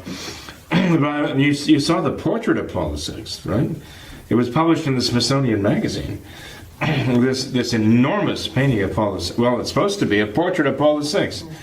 What it shows is the church toppling down all around him, and this little shrewish face. Paul VI holding a dagger dripping with blood, And Paul VI later said, yeah, that reflects the state of the church today. Oh boy. Truer words, have not been spoken, not by him anyway. But anyway, so you get this cult of ugliness. That so-called crucifix is not a crucifix at all. It is an abomination. It is a mockery. It is blasphemous. And I would beg whoever has that to detach it. Do not wait till morning. Go out, open up the link, take it, and just bury it somewhere, okay? And get a real crucifix and put it on there. Okay. The real crucifixes are still available, thank goodness. Okay. And then I would recommend they have it blessed again. Okay. Well, Father, speak. So there you have Father Jenkins just confirming what I was referring to before. And actually, I did receive from John Paul II, you can see a picture of me with him. This was a private audience I had with him in 1999 when I was a seminarian for the Diocese of Trenton. And in the background there is a Father Joseph Anthony Lopez of the Diocese of Corpus Christi. We were friends. He was studying in Rome. At the time, I had visited with several other seminarians, mainly from the Philadelphia Diocese. And when we met him, he gave us a package with rosary beads, and it had that ugly occult crucifix on it. Now, I didn't know about this, but later on, about 11 years later, when I found out about what happened in Assisi, that Benedict XVI was allowing a pagan on top of the altar and all the other horrific sacrileges that took place, when I found out that John Paul II did the same, and that there were pagans offering incense to demons inside of Catholic churches, I took that rosary and threw it out, because I just had an intuition, instinct that this was diabolic. And so that was my experience with that particular crucifix, a personal experience with that. So I hope you understood from what I presented here that evil is very real. Witchcraft, sorcery, all these diabolical arts are real. We must avoid them, and we must call on the protection of Almighty God, Our Lady, the saints, use the sacramentals that our Lord gave us, that the saints gave us. Mainly we use the sacraments of the church to keep ourselves in a state of grace, so that these wicked spirits and evil people who are in union with them can have no power over us, have no advantage over us, because it is when you're in a state of mortal sin, when you're not praying, when you don't have sacramentals that are a constant prayer on you, you are subject to them. You become prey to them. And this is also another reason to make sure you pray before you eat, before each meal. If you remember the story of Saint Benedict, there were some monks who were jealous of him, and they decided to kill him by poisoning his wine. But Saint Benedict prayed a blessing over the wine, and it instantly shattered. And so today, who knows what's even in this food? A lot of the food that we're eating with the GMO and aborted babies, and who knows what they put in there. With Pepsi putting, I think, using fetal tissue for the flavoring. It's just completely diabolic. So more than ever, we need to keep ourselves in a state of grace. We need to pray the rosary every day, and we need to rely upon the sacraments and the sacramentals that our Lord gave us to protect us and defend us from the diabolical forces. Now, what I want to do is I'm going to end this video with the beginning part of a book publication from the Catholic periodical Chiesa Viva on sorcery.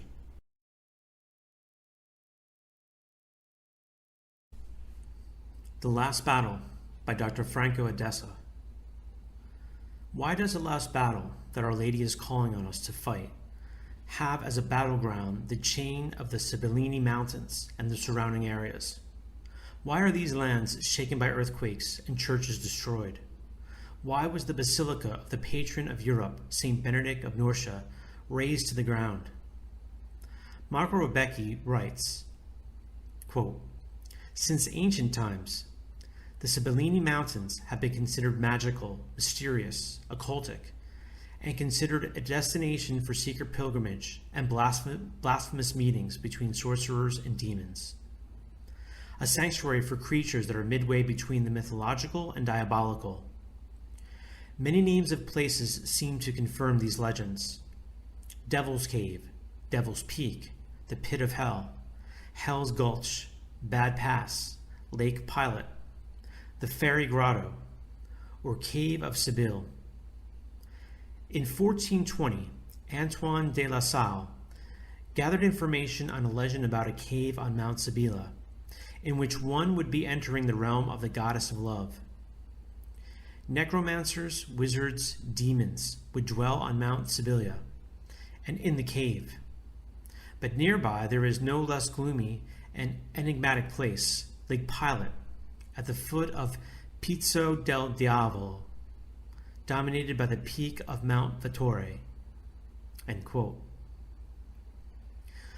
Luigi Paolucci wrote in his book, The Apennine Symbol, quote, "The oldest evidence related to our mountain dates back to 1300. It concerns Lake Pilot, where the fame of the enchanted waters populated by demons in the form of fish draws the attention of necromancers who flock there to consecrate magic books, grimoires, as the most suitable venue where summoned spirits are ready to obey them in exchange for their soul." End quote. Marco Rebecchi, quote, "Right there on Lake Pilot, according to legend, the demons that infest it would require an annual human sacrifice." End quote. Antoine de La Salle speaks of a strong reaction from the local people against the necromancers and a suspicious attitude towards foreign visitors. He tells of two men who were captured in the vicinity of the lake and then brutally killed. A priest dragged to Nursia there and burned at the stake, and his companions cut to pieces on the spot and thrown into the lake. Still, La Salle collected testimonies of the locals who claimed that the necromantic practices had resulted in the unleashing of terrible storms.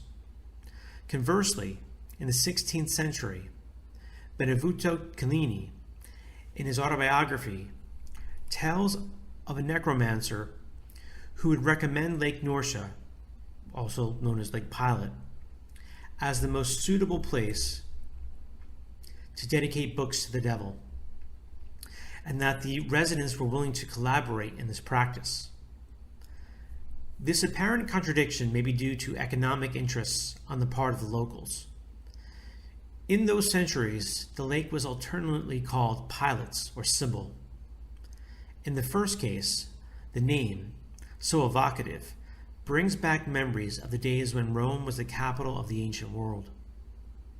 It handed down an ancient legend that the Emperor Vespasian, after having set fire to Jerusalem, summoned Pilate, an old man, accusing him of failing to prevent 37 years before the crucifixion of Christ the Redeemer, at the time when he was procurator of Judea.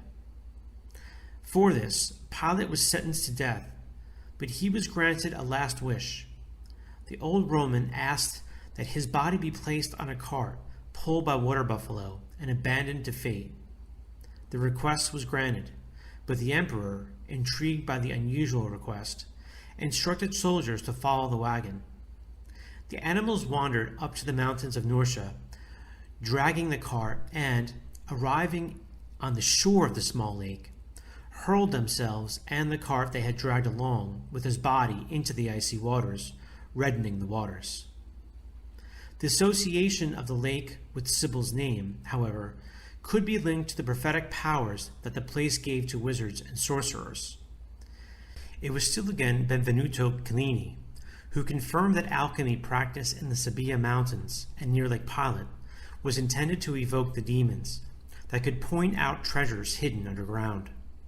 The testimonies of an observant Franciscan friar, Bernardino Benevogolia, were also reported that told of evil men who built altars with 3 circles and placed themselves as an offering in the 3rd circle, evoking the devil, by reading his name from a book. Nicholas Peranzoni confirms this practice by writing, quote, "There are 2 circles with some characters engraved on the stones near the bank of the lake," end quote.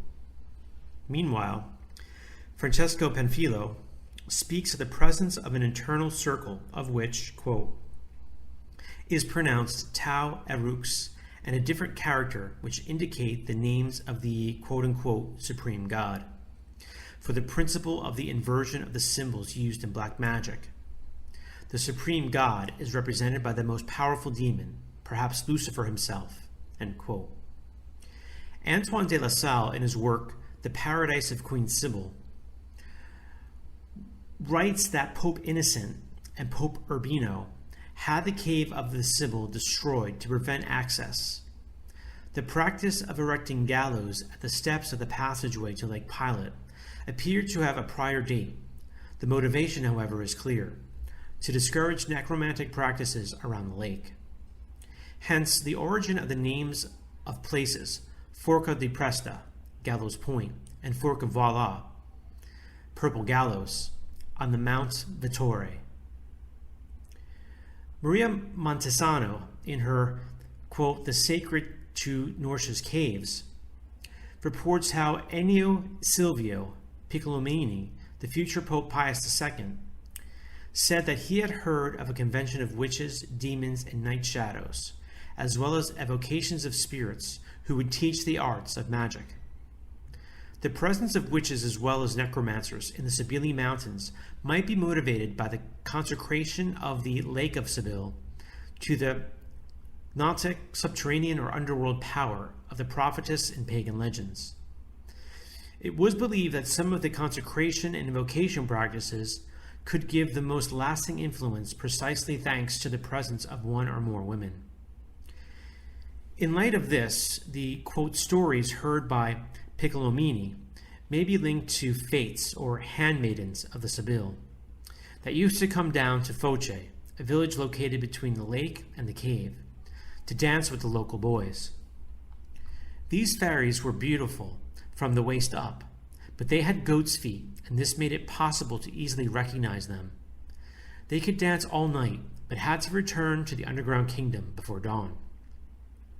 The dance of the Fate might be interpreted as a Sabbath or a magical ritual of evocation, thus giving greater substance to the presence of witches or fates around Lake Pilate.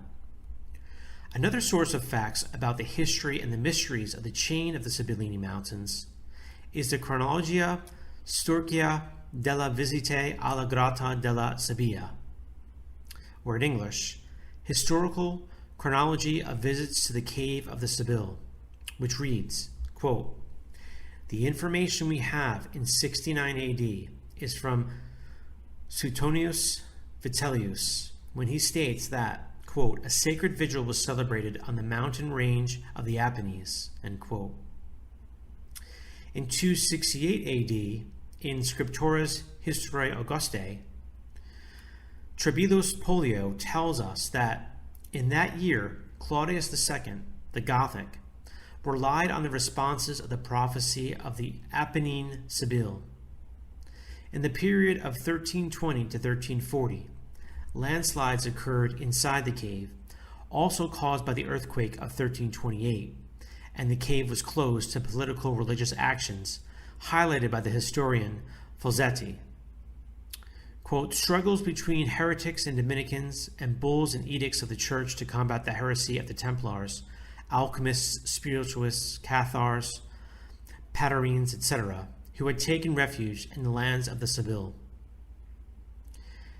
In 1452, in a parchment found in the historical archives of the city of Montemonico, there is a condemnation of Montemonico for the frequenting of the lake of the Sibyl and the enigmatic Sibyl cave by knights who came from Spain and the kingdom of Naples to practice alchemy and consecrate magical books to Lacum Sibyllae, or in English, to Sibyl Lake, which would soon be called Lake Pilate.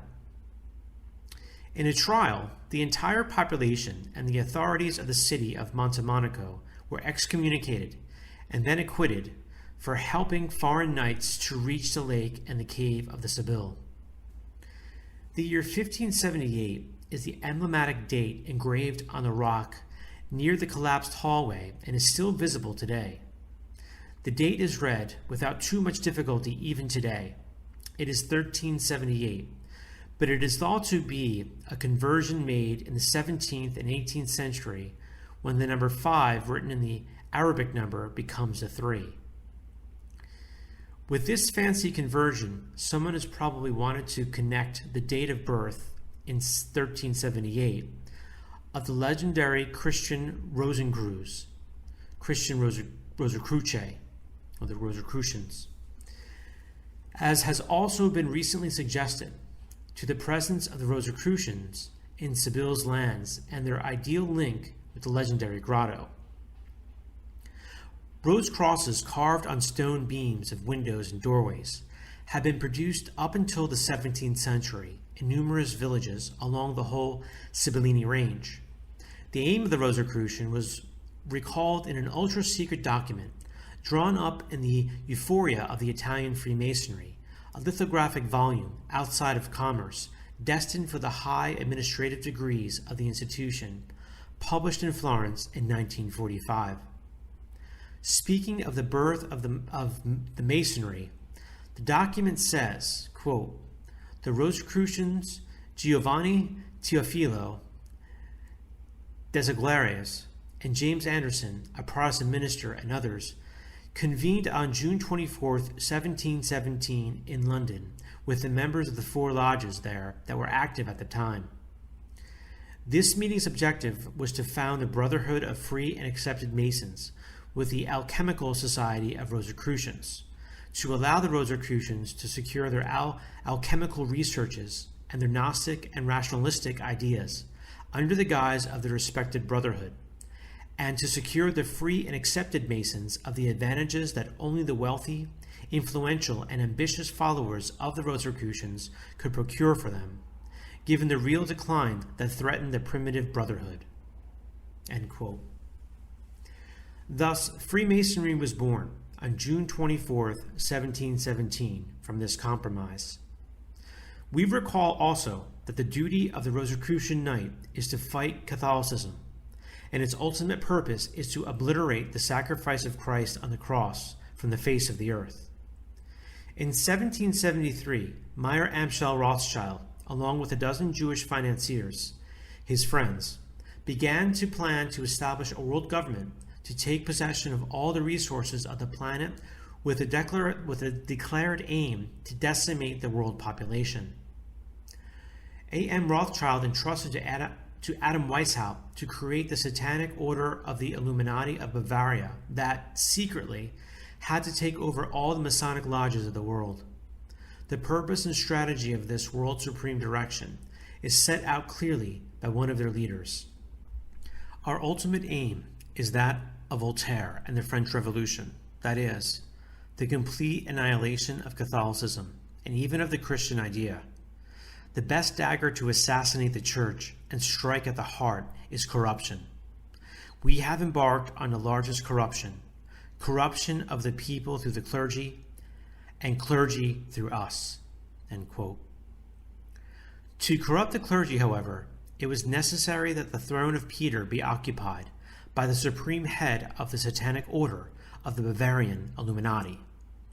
This new quote-unquote Pope, together with the head of the Rothschild family and Lucifer, would form the triangle of the Antichrist, and would know the deepest and closely guarded secret of the hidden heads of Freemasonry, the redemption of the satanic Masonic triple trinity. The corrupting work of the Apennine Sibyl has increased significantly and required a change of name and place. The Vatican Sibyl and the Vatican Cave. Finally, we report an incident that recently happened on the Sibillini Mountains.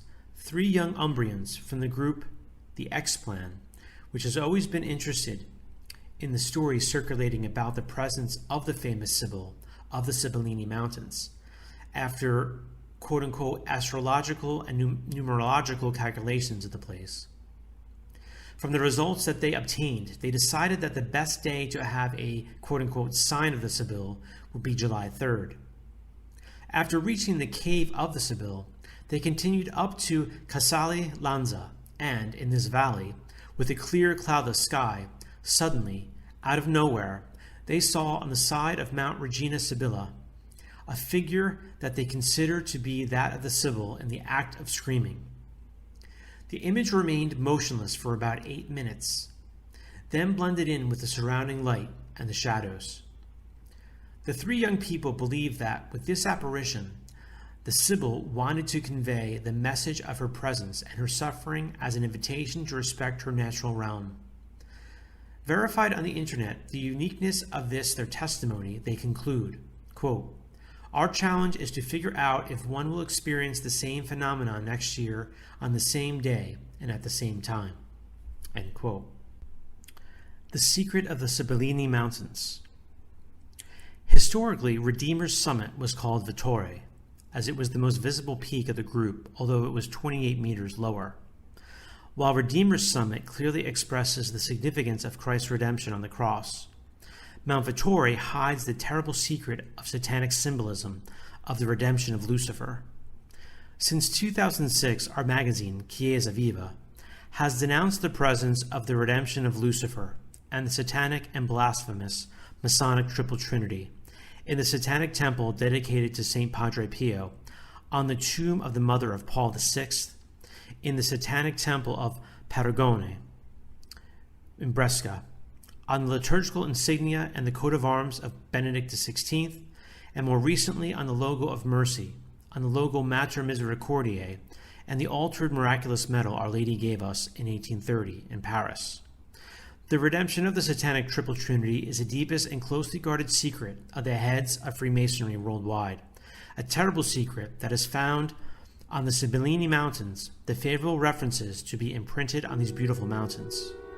This satanic redemption, like a cancer not known to exist, but whose effects are felt, is the occult center of the mystery that has plagued these lands for centuries.